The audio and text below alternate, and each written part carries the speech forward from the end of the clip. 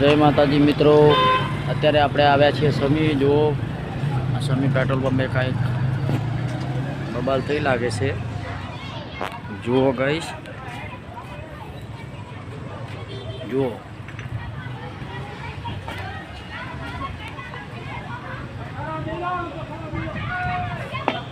જુઓ ગાઈસ, કાંઈક બબાલ થઈ છે। અને આ છે શોપિંગ ગાઈસ। જુઓ